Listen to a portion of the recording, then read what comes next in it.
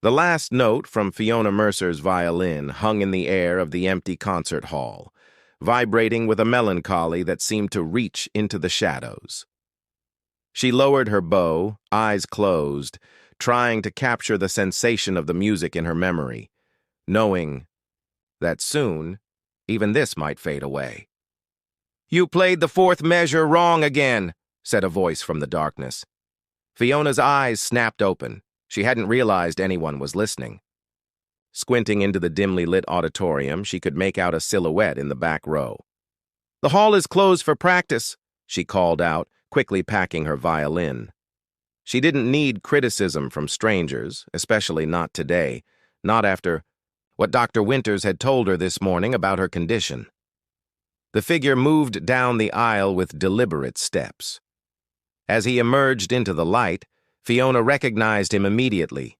Dominic Vega, the brilliant composer whose works had revolutionized modern classical music before he'd abruptly disappeared from public life 3 years ago. "If you're going to play my composition," he said, his Spanish accent more pronounced than in the interviews she'd watched, "at least do it justice." Fiona's cheeks burned.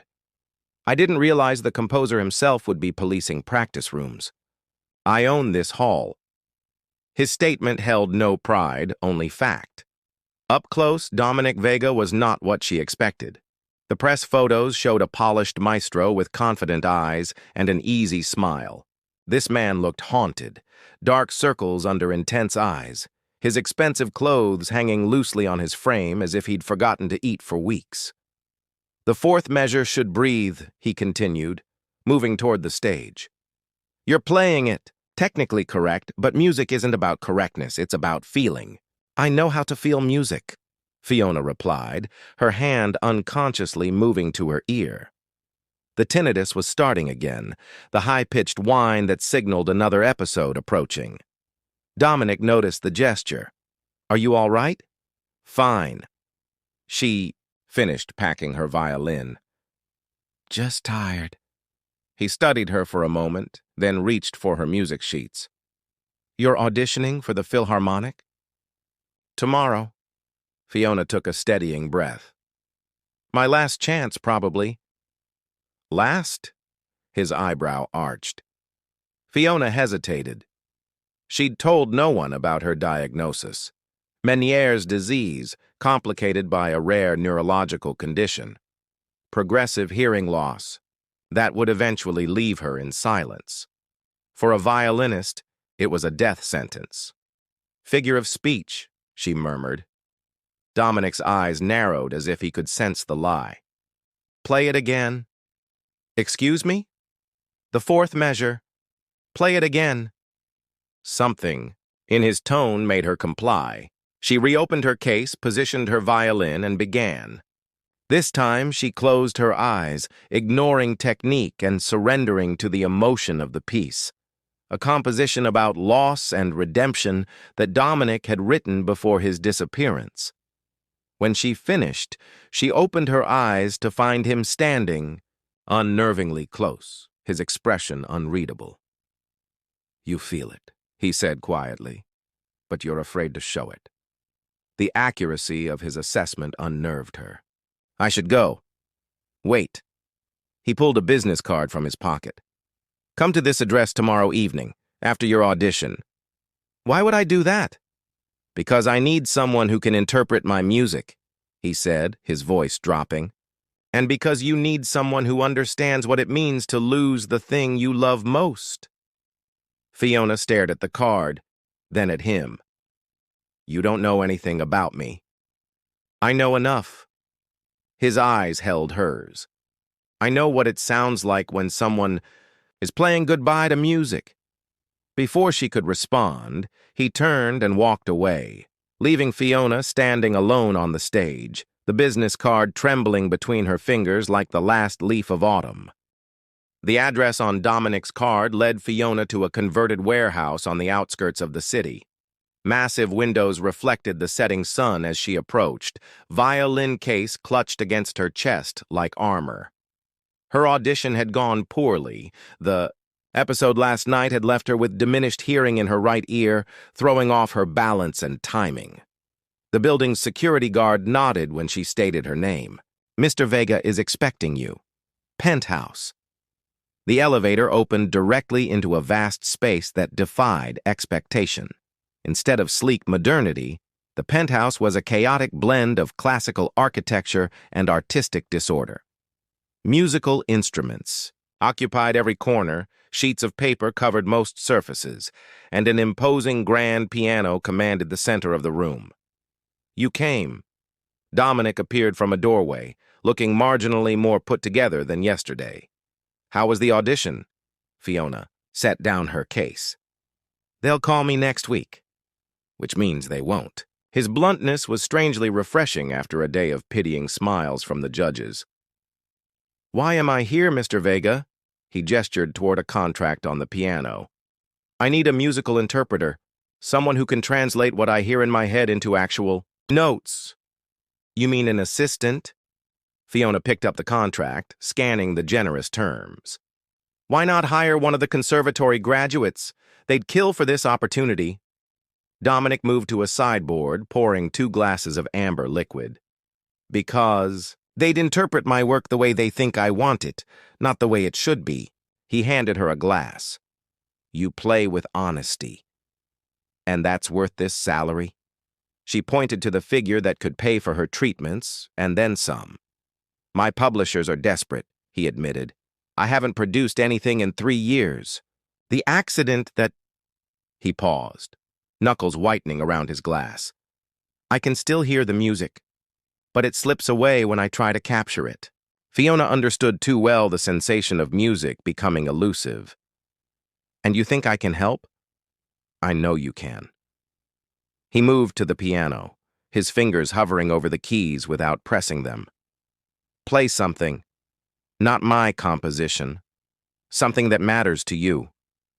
Hesitantly, Fiona removed her violin and began playing a piece her father had taught her before he died, a folk melody from her mother's homeland that spoke of distant mountains and the changing seasons. As she played, Dominic closed his eyes, his body becoming still except for the slightest movement of his fingers, as if playing phantom keys. When she finished, he opened his eyes. "Your left ear is compensating for your right." Fiona nearly dropped her bow. "How did you—" "You're tilting your head. Subtle, but there." He approached, studying her with clinical interest. "How long?" The directness of his question broke through her carefully constructed defenses. 8 months since diagnosis. The specialists give me perhaps a year before the hearing loss becomes profound. Instead of pity, his expression showed recognition. "The accident that stopped my composing also damaged the neural pathways that connect what I hear in my mind to what my hands can create." He held up his right hand, which trembled slightly. "We're both losing the thing that defines us." "That's why you disappeared." He nodded once. "I need someone who understands loss to help me finish one last masterpiece before I can't hear it anymore. Will you be that person, Fiona Mercer?" The contract between them suddenly seemed like more than employment. It was an acknowledgement. "Between 2 people facing similar darknesses. 3 conditions," she said. "First, my medical condition remains private. Second, I want creative input, not just transcription. And third," she took a breath, "when my hearing goes, you let me go without question." Dominic considered her for a long moment. "Agreed to the first 2. The third is negotiable depending on circumstances." Fiona should have walked away. Instead, she extended her hand. "We have a deal, Mr. Vega." As their hands clasped, something electric passed between them, recognition, understanding, and the dangerous possibility of hope. "Call me Dominic," he said softly. "We're going to know each other too well for formalities." Neither realized how prophetic those words would prove to be. 3 months into their arrangement, Fiona's apartment stood empty while she lived in Dominic's guest suite. Their work consumed them, often stretching from dawn until the small hours of the morning. They had developed a rhythm. Dominic would Play fragments on the piano, Fiona would interpret and expand them on her violin, and together they would refine each passage until it resonated with the vision in Dominic's mind. The symphony they were creating was unlike anything either had worked on before, raw, emotional, and structurally revolutionary. Music critics were already buzzing about Dominic Vega's comeback piece, scheduled to premiere with the Philharmonic in just 2 weeks. "We need to rework the transition in the third movement," Dominic announced, pacing the length of the room. "It's too abrupt." Fiona nodded, though in truth she had barely heard him. Her episodes were increasing in frequency and severity. This morning, she'd woken to profound silence in her right ear, and the left was beginning to fade as well. She'd doubled her medication, knowing the side effects would leave her dizzy and nauseated, but desperate to cling to what hearing remained. "Fiona," Dominic stopped in front of her. "You're not listening?" "I am," she insisted, raising her violin. "Show me again." His eyes narrowed. "No, put that down." He took the violin from her hands, setting it aside with unexpected gentleness. "When did it get worse?" She looked away. "I don't know what you mean." "Don't lie to me." His voice was quiet but intense. "You've been reading my lips for the past week. Your playing is compensating more heavily to the left, and you've been taking more breaks to rest your eyes, which I suspect has more to do with vertigo than fatigue." Tears welled in Fiona's eyes. "This morning, I woke up and couldn't hear anything in my right ear." Dominic exhaled slowly, running a hand through his disheveled hair. "Why didn't you tell me?" "Because I need to finish this." Her voice broke. "Because when this symphony is done, so am I. As a musician. As myself." The silence between them stretched, filled with unspoken emotions that had grown during their months of intense collaboration. "We're doing a run-through with the orchestra tomorrow," he finally said. "You should rest today." "I don't need rest. I need more time." The unfairness of it all crashed over her. "Why is this happening now? We're so close to finishing something." "Beautiful." Dominic stepped closer, his hand hovering near her cheek without touching it. The intimacy that had developed between them existed in a fragile space, professional but intensely personal, bound by music rather than words. "We'll finish it," he promised. "Together." The next day, Fiona stood on the conductor's podium beside Dominic as the orchestra prepared for the first complete run-through of Echoes of Silence, the title they'd chosen for the symphony. The irony wasn't lost on either of them. As the music swelled around her, Fiona struggled to maintain her balance. The combination of heightened emotion, medication side effects, and straining to hear proved too much. In the middle of the second movement, the part she and Dominic had labored over most intensely, the world tilted violently.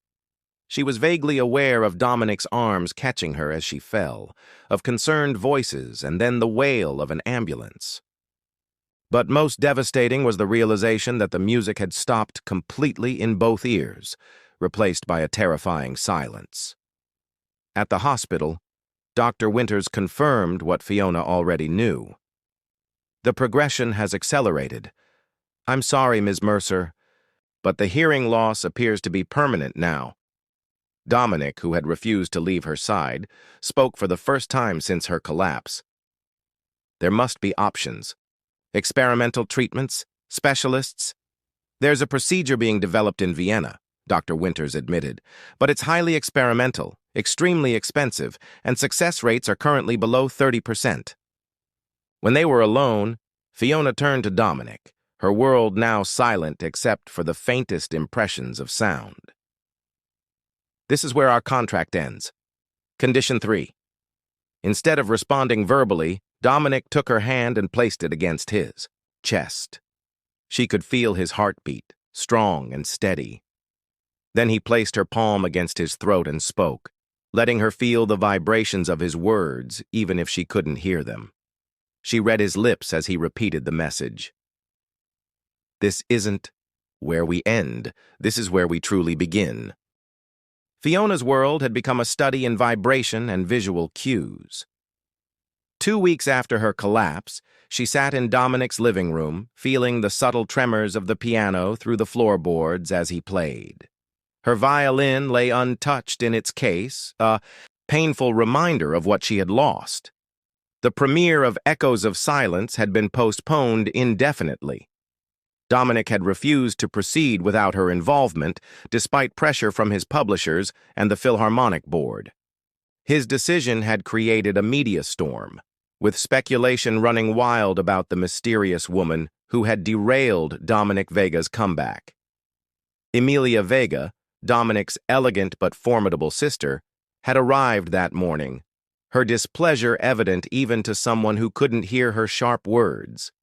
"She wants me gone," Fiona said flatly when they were alone, reading the tension in Dominic's shoulders after Emilia's departure. He turned from the piano, ensuring she could see his face clearly. "She doesn't understand." "I do. Your career is at stake. The symphony needs to be performed." Fiona stood, needing distance from the music she could no longer hear.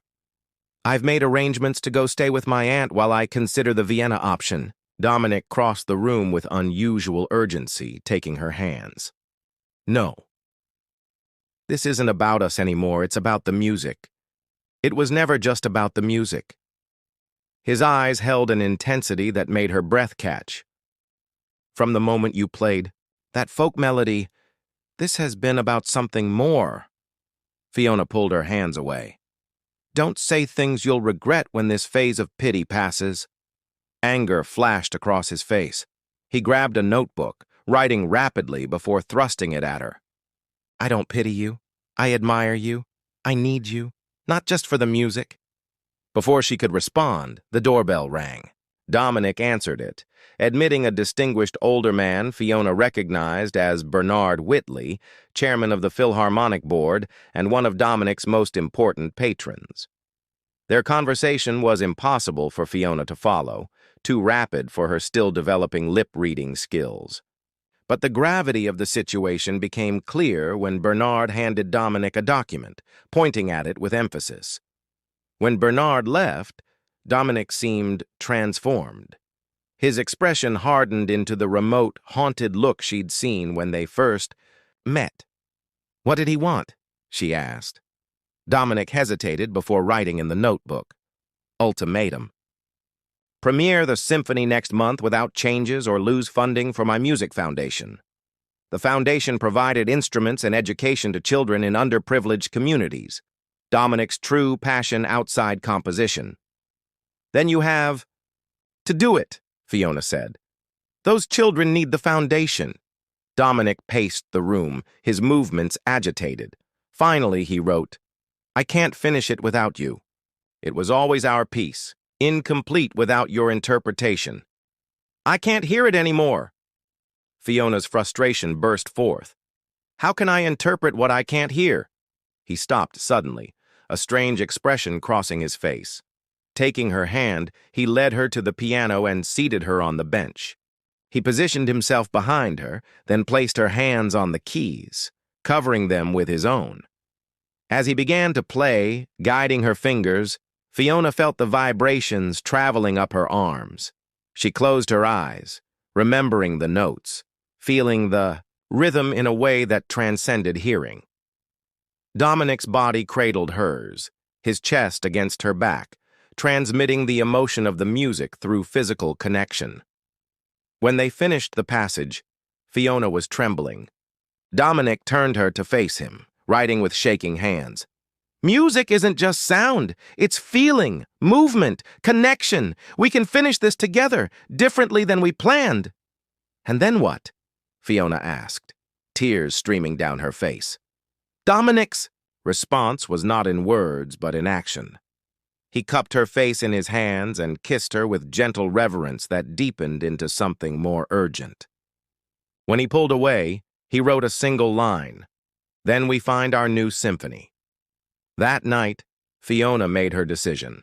She slipped out while Dominic slept, leaving behind a note. "Finish the symphony. I'll find you when I know if I can be part of your world again. This isn't goodbye. It's a rest between movements.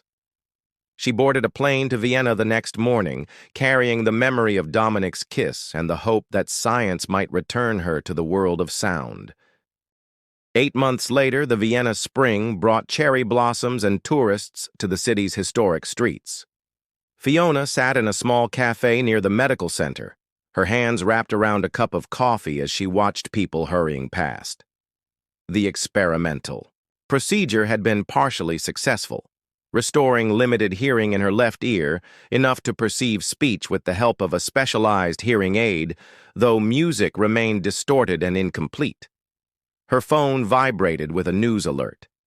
Dominic Vega's Echoes of Silence. Premieres tonight at Vienna Philharmonic. Surprise venue. Choice puzzles. Critics' Fiona's heart raced. She hadn't contacted Dominic since leaving New York, though she had followed news of him religiously. The symphony had not premiered as scheduled. Dominic had withdrawn it completely, causing a rift with his publishers that had made international headlines. His foundation had lost its funding, then mysteriously regained it through an anonymous donor. And now he was here, in Vienna, premiering their symphony without her. Fiona paid for her coffee and walked aimlessly through the city, conflicted about whether to attend. Her steps unconsciously led her to the Musikverein, where a crowd was already gathering for the evening's performance. On impulse, she approached the box office. "I'm sorry, miss. Tonight's performance is sold out," the attendant informed her. "My name is Fiona Mercer," she said, surprised by her own boldness. "Could you check if there's a message for me?" The attendant's eyes widened in recognition. "Ms. Mercer, we've been instructed to watch for you." She handed Fiona an envelope. "Mr. Vega left this for you." Inside was a backstage pass and a handwritten note. The symphony isn't complete without its heart. Backstage was controlled chaos, but Fiona moved through it unnoticed until she reached the green room. Through the partially open door, she saw Dominic, more polished than she remembered, dressed in formal black, but with the same intensity in his eyes as he studied the score before him. She hesitated, suddenly afraid. What if the connection they had formed was merely circumstantial? What if, now that she was neither fully hearing nor fully deaf, she belonged in neither world? Before she could retreat, Dominic looked up, as if sensing her presence. Their eyes met, and the world seemed to pause. Fiona. Her name on his lips was visible even from a distance. She stepped into the room. "How did you know I'd be in Vienna?" "I didn't." He approached slowly. "I've premiered the symphony in every city with an advanced hearing research center. Vienna is the 14th. The realization staggered her. "You've been looking for me all this time? The piece was never meant to be performed without you present." He reached for her hands, his touch achingly familiar. "The procedure, was it successful?" "Partially." She gestured to the discreet hearing aid. "I can hear speech with this, but music is different now, fragmented." Instead of disappointment, Dominic's face showed determination. "Then I've been right to rework the symphony. You changed it? Come." He led her to the piano in the corner of the room. The original was composed by a man who thought losing his ability to create music was the worst tragedy imaginable. The new version was written by someone who discovered that music is more than what we hear.